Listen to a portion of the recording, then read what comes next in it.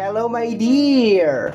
Welcome back sa ating YouTube channel. My name is RJ, your tarot card reader. At ang gagawin natin ngayon is yung ating second half of June.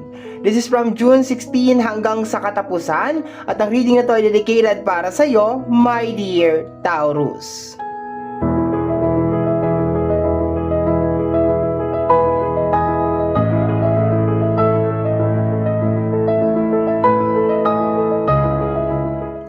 Okay, my dear Taurus, bago tayo mag-proceed sa ating reading, magre-reminder lang ako. My dear, ang gagawin natin ngayon ay general reading, so hindi po ito 100% na mag-resonate para sa ating lahat. So please, my dear, lower your expectation pagdating po sa mga general reading.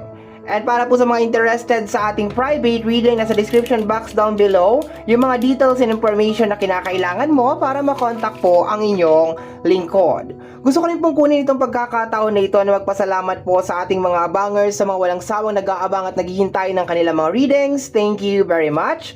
And thank you din po sa ating mga bagong subscribers. Hello my dear, welcome po sa ating channel. I hope na mag-enjoy ka dito at mahanap mo kung ano man ang iyong hinahanap dito sa ating channel. Okay, let's go na tayo my dear. Let me see what is going on. Second half of June. Taurus.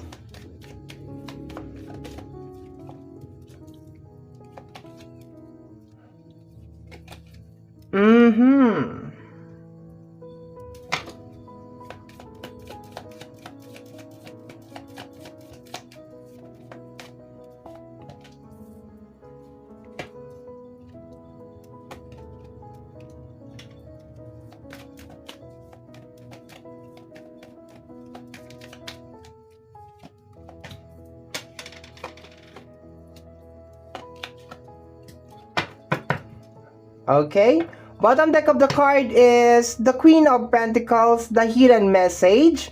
Current na energy mo is the Knight of Pentacles. Okay, so my dear Taurus, current energy mo, bagal ng pasok ng pera my dear, okay? This is also a warning para sa'yo na be careful sa pag-handle ng pera. As in, pagplanuhan mo talaga ng maigi, my dear, kung ano man itong mga pagkakagastusan mo, kung ano man itong mga gagawin mo, wag magpadalos-dalos, wag magpabugso-bugso, my dear, sa mga gastusin or sa mga action mo, my dear, okay? Kasi ang Knight is more on thinking card yan, pinag-iisipan ng mabuti ang mga bagay-bagay, okay? May movement, may progress naman siya, pero it's more on parang huminto ka my dear para pag-isipan or huminga ka my dear para pag-isipan ng mabuti yung mga bagay na gagawin mo. This is a confirmation my dear, mabagal ang pasok ng pera my dear ha, mabagal. Hindi ko sinabing walang pumapasok na pera. Meron pong pumapasok na pera pero mabagal. Okay.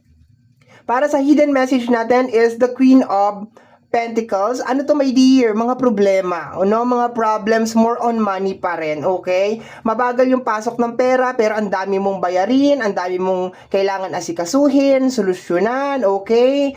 So may mga problems my dear. Kasi yan naman ang trabaho ni Queen of Pentacles, more on pagto-troubleshoot. So yan ang hidden message natin my dear. Okay? Pero so far, nakukuha ko naman na you will be fine, you will be okay. Punta tayo my dear sa past. What happened in the past? Magandang card ang Nine of Pentacles, okay? You have the power. Meron kang kakayanan my dear to do whatever you want my dear in the past, okay? Talaga nag-enjoy siguro ang person, okay? This is energy of luxury, satisfaction, okay? Enjoying, overspending, okay? Pwede din. Talagang shopping dito, gastos dito, bili dito, okay? Possible din na swipe na yung swipe ng mga credit cards or loan ng loan, okay? That's what I'm getting, enjoyment my dear. Ginagawa ang mga bagay na gusto, kinakain ng mga bagay na gusto my dear, okay? We have here the energy of the Hermit, okay? Ang nakukuha ko dito my dear is more on dalawa yung nangyayari sa card na to. Nagga-grind and at the same time nag-i-enjoy. So dito my dear, merong paglabas ng pera, no? Lumalabas yung pera kasabay ng hirap at pagod na pinagdadaanan mo my dear para kitain yung pera, okay? para kitain yung pera. And I think may laking factor, my dear, si Hermit over here. Okay? Possible na meron kang pinagdadaanan. That's why you're trying to divert yung attention at saka yung energy, my dear. Okay? Baka meron kang nararamdaman na something inside you, kaya ang ginagawa mo is bili ka na lang ng bili o gastos ka na lang ng gastos, my dear. Dinadaan mo na lang sa pera. Kasi itong combination ng tatlong card na to, hindi talaga siya maganda. Kung ito lang, yes, maganda to. No, this is energy of power, luxury, okay, more on material, enjoying yourself. Kaso meron kang Hermit at saka ng 10 of Wands. So, sinasabi lang dito, my dear, na trabaho, ang hirap kitain ng pera, tapos ang bilis mo lang gastusin or ang bilis mo lang lustayin yung pera. This is energy in the past. You are working really hard para kitain yung pera, and then ang bilis lang lumalabas, my dear, yung pera. And kung bakit daw ganun is possible na meron kang pinagdadaanan deep inside and you're trying to cover it, my dear, nung mga action na ginagawa mo. So, energy to ng past. Okay. Current energy mo as of this moment, we have here the 8 of Cups, okay, the Sun card, and the Chariot. Ini-encourage ka dito, my dear, na ikat kung ano man yung mga emotional. Okay, any emotional, my dear, sa energy ng 8 of Cups. Okay? Kung meron kang mga pagsisisi na nararamdaman as of this moment sa mga bagay na ginawa mo, my dear, in the past, sinasabi dito na it's okay. Tanggapin mo siya, my dear, kasi ginawa mo yon. The damage has been done. Wala na tayong magagawa, okay? Kung ngayon mo nare-realize na na-overspend ka, my dear, in the past, ngayon mo nare-realize itong energy ng 9 of Pentacles, Hermits, at saka ng 10 of Wands, na dapat pinahalagahan mo lahat ng mga pinaghirapan mo, it's okay, my dear. Ini-encourage ka, my dear, sa combination ng ating 8 of Cups, Sun card, at saka Chariot, na mag-new beginnings. Okay, this is a confirmation, my dear, na kaya mo yan. Kung ano yung mga bagay na nawala sa'yo, kaya mo siyang mabawi. Okay? Pero at the same time, balance your emotion, my dear, sa energy ng Chariot. This is energy of warrior, my dear. Okay? Ibig sabihin, tuloy ka lang, lumaban ka, mag-new beginnings ka. Kung ano may mga bagay na nare-realize mo ngayon na dapat hindi mo na ginawa, okay lang yon. Child's experience lang yun, my dear, okay? Alam mo bakit mo nararamdaman yan? Kasi nga, yung overall na energy natin, Knight of Pentacles, ang bagal pumasok ng pera. Kaya siguro nagbabalik, my dear, yung energy na napakaraming mong pera, na maganda yung kitaan, maganda yung kung ano man, okay? Talagang walang nangyayaring problema sa mundo, talagang okay lang, talagang continue lang talaga yung pasok ng pera. Ngayon kasi medyo iba na siguro ang takbuhan, iba na yung datingan, my dear, ng energy. Mabagal yung usapin ng pinansyal, plus ang dami mong kailangan ayusin, ang dami mong kinakailangan na i-troubleshoot sa energy ng Queen of Pentacles. Okay, that's what I'm getting. Kaya nga sinasabi, dahan-dahan, my dear. Remember, in the past, na overspend ka nang dahil sa yung emotion. Hindi mo kontrolado. So this time, my dear, alam mo, my dear, minsan nangyayari itong bagay na to kahit hindi natin gusto, because of ito lang ang tanging paraan para matuto tayo. Ito lang, sa totoo lang, ha? Huwag natin siyang tingnan ng, although hindi talaga siya maganda, pero minsan, yun lang ang tanging paraan, my dear, para matuto ang isang tao. Okay?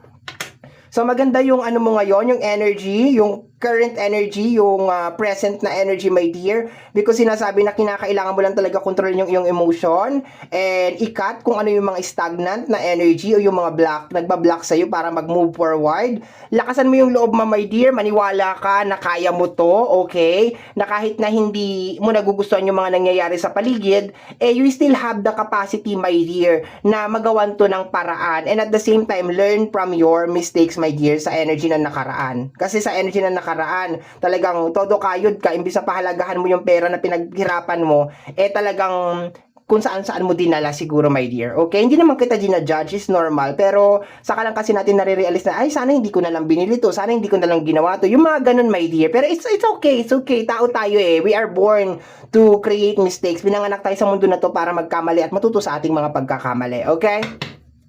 Let's go tayo sa future, okay? Dito sa future, my dear, we're not trying to predict, my dear, ang future. Hindi po yun yung ating intensyon. Nanghihingi lang tayo ng guide, okay? I hope maliwanag po sa lahat, no? So, let me see. Ang ganda kasi meron kang Ace of Pentacles. So, this is a confirmation, my dear, na meron talagang magandang parating sa'yo. So, kinakailangan mo talagang mag-move forward, mag-continue talaga. Although, hindi mo nagugustuhan yung mga bagay na nangyayari ngayon, pero, my dear, hindi ibig sabihin nun nahihinto ka. Kailangan magpatuloy ka pa rin, okay? We have here the energy of the Two of Swords, okay? Acceptance, okay? This is energy of acceptance and the energy of the Seven of Wands, okay? My dear, nakukuha ko in the near future, marami ka pa talagang parating na blessing. No, marami ka pang pera na parating talaga, my dear, okay? Pero at the same time, protektahan mo ito.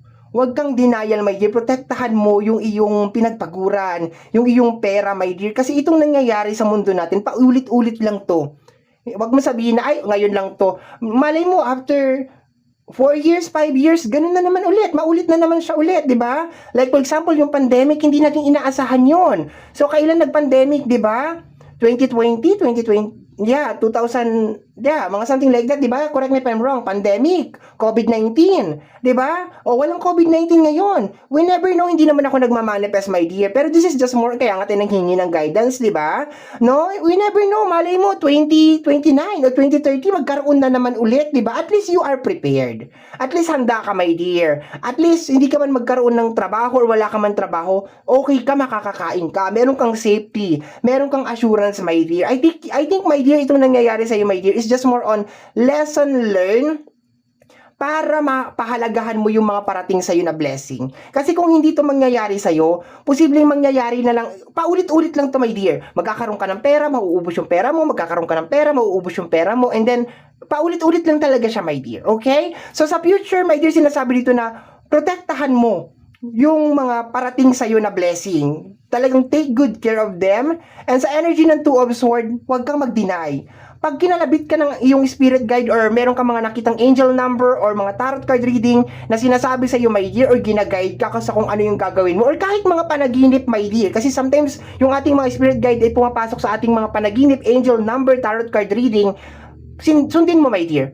Pakinggan mo, my dear. Kasi parang ang nakukuha ko dito, possible na kaya ka rin nagkaganito because of impluensya. Is either impluensya ng mga tao sa paligid mo or impluensya ng mga napapanood mo, my dear. Okay, kaya ka nagkaganito. Parang na-overwhelm ka, my dear, na okay, deserve ko naman to. Yung kadideserve ng kadideserve ng kadideserve, ayan yung nangyari. Okay? So, my dear, wala ako dito para sisihin ka. Nandito ako para talakayin natin itong mga bagay na ito para maitama natin. Para in the near future, my dear, okay na tayo. Okay? So, my dear Taurus, yan ang nasagap natin na message energy para sa ating second half of June. This is from June 16 hanggang sa katapusan. I hope, my dear, na nakatulong. I hope and pray sa ating buong may kapal na mga readings na ginagawa ko ay nakakatulong po sana sa ating lahat. Maraming salamat po. Thank you, my dear. Take care of yourself. Bye-bye.